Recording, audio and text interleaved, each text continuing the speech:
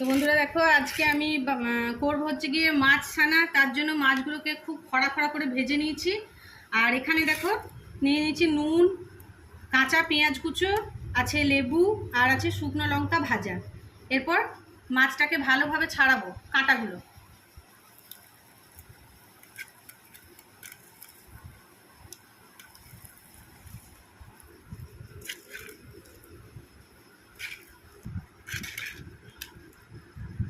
তো দেখো মাছের কাঁটা একেবারে পুরো ছাড়িয়ে নিয়েছি একটা একটা করে।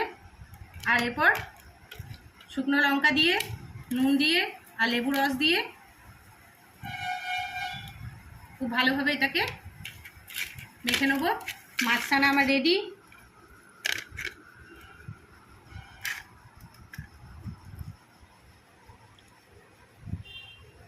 দারুণ লাগছে।